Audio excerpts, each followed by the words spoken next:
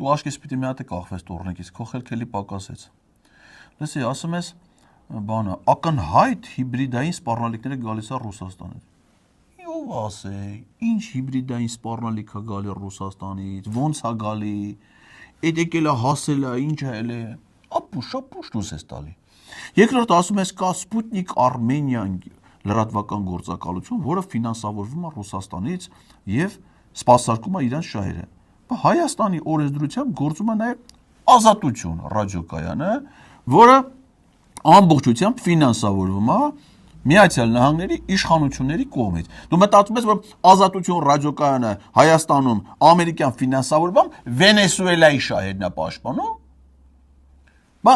Հայաստանում Ամերիկայի Միացյալ Նահանգների դեսպանությունը մի քանի միլիոն դոլարի